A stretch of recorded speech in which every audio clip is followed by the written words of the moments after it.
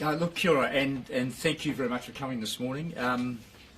The export of livestock from New Zealand has been a feature of our farming systems for a long time. Changes were made in 2008 to halt the export of livestock for slaughter.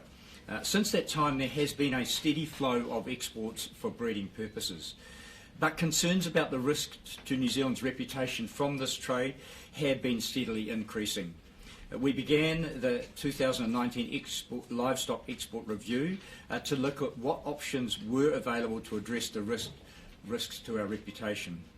We received a lot of feedback from that review, including from our independent National Animal Welfare Advisory Committee, who recommended the trade stop.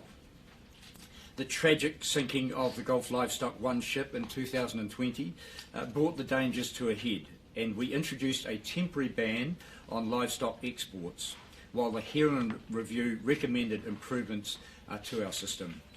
Although many of these have been implemented, there remains an ongoing level of concern with the welfare of these animals while at sea for up to 3 weeks.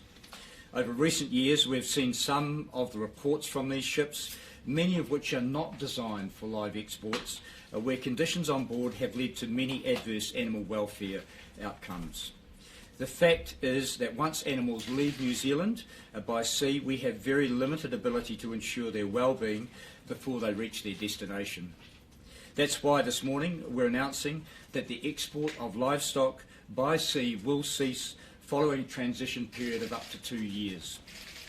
At the heart of our decision is upholding New Zealand's reputation for high standards in animal welfare. New Zealand must stay ahead of the curve in a world where animal welfare is under increasing scrutiny if we truly want to be the most ethical producers of food. While New Zealand has only been a small part of the global livestock trade, I acknowledge that it has been able to generate additional revenue for some farmers. But ultimately, we aren't able to guarantee the welfare of these animals at sea, and that is an unacceptable risk to New Zealand's reputation. The transition period of up to 2 years will allow affected businesses, both in New Zealand and around the world, the time to wind down their trade and adjust their operations.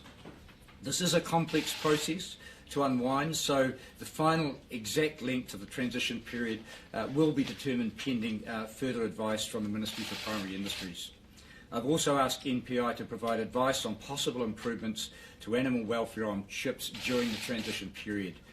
I want to thank everybody who took part in the wider review process. I'm now happy to answer some questions. Minister,